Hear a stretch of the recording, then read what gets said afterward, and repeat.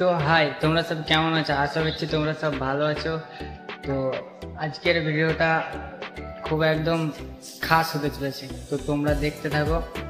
আসলে 1 বছর পর এই বিদেশে থেকে বাড়ি যাচ্ছি, কত খুশি হচ্ছে, কিন্তু দুটো সমস্যা ভাই। একটা হ্যাপি আর একটা খুব দুঃখ। কারণ 1 নম্বর হলো অনেকদিন পর মাকে দেখতে পাবো, এতে খুব খুশি।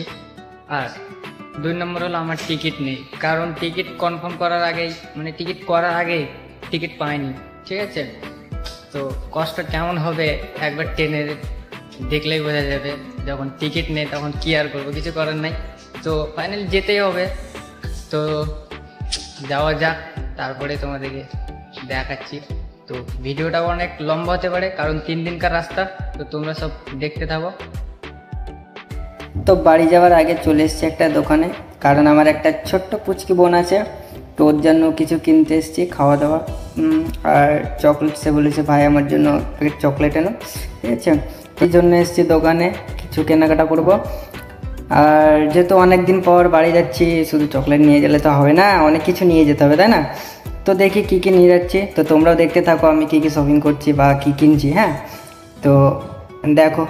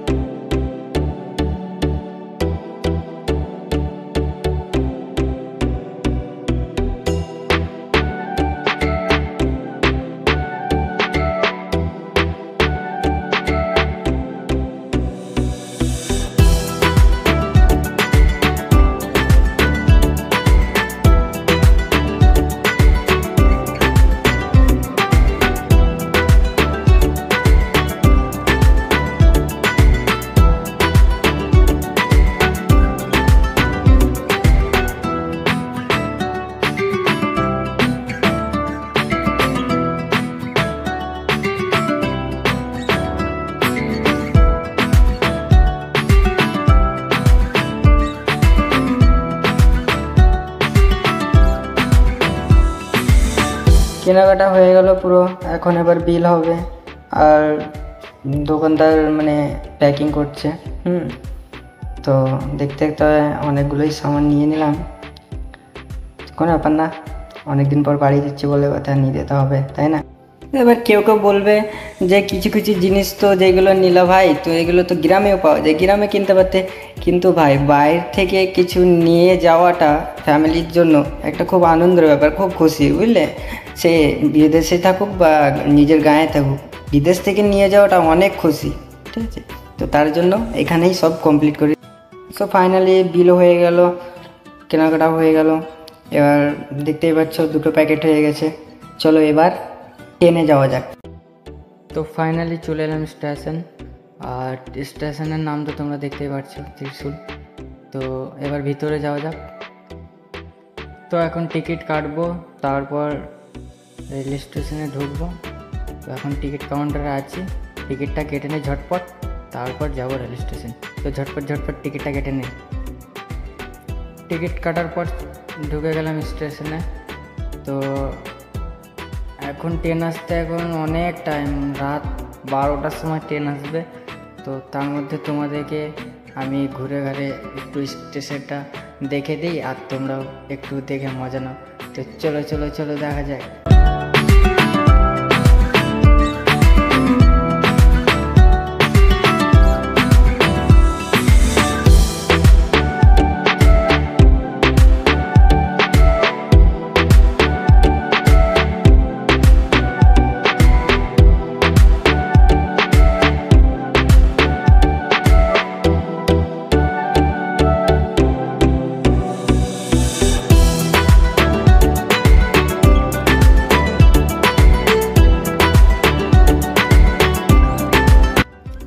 তো সন্ধ্যে পর এত যে ভিড় হবে সেটা আমি কখনো ভাবতেই পারিনি। আর এটা দেখছি, এটা আমাদের মানে ভাই হাই দিচ্ছে।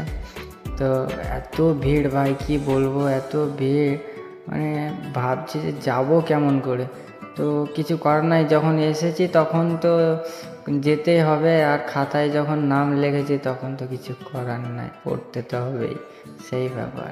তো তো ফাইনালি ট্রেনে উঠে যাওয়ার পর এত ভিড় ভাই, কি বলবো, মানে দেখতেই পাচ্ছ এত ভিড়, পা দেবারও জায়গা নাই ভাই।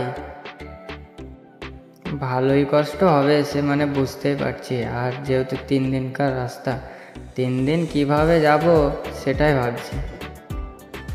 তারপর সকালে উঠে দেখি যে মানে মানে ঝগড়া লেগে গেছে। ঝগড়াটা হচ্ছে কারণ এত ভিড় হয়ে গেছে, আবার এরা উঠতে চাইছে। আরে উঠবে কোন দিকে, মানে জায়গায় তো নেই না, ওই জন্য ওদেরকে মানে কপারটা বন্ধ করে দিয়েছে, ওই জন্য উঠতে দিচ্ছে না ভাই। আর কি বলবো ভাই, এরা এত রেগে আছে, এত গালাগালি করছে, কিন্তু কিছু করার নেই, গালাগালি করলেও মানে জায়গায় নেই।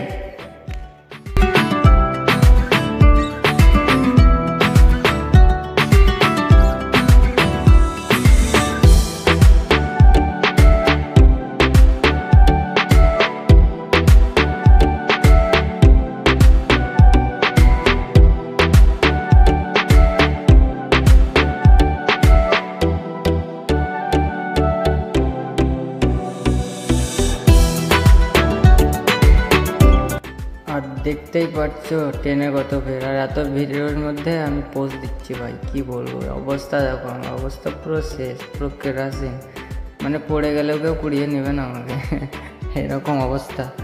তো অনেক দেখলাম ভিড়, এবার চলো একটু বাইরেকার হাওয়া খাই তোমাদেরকে।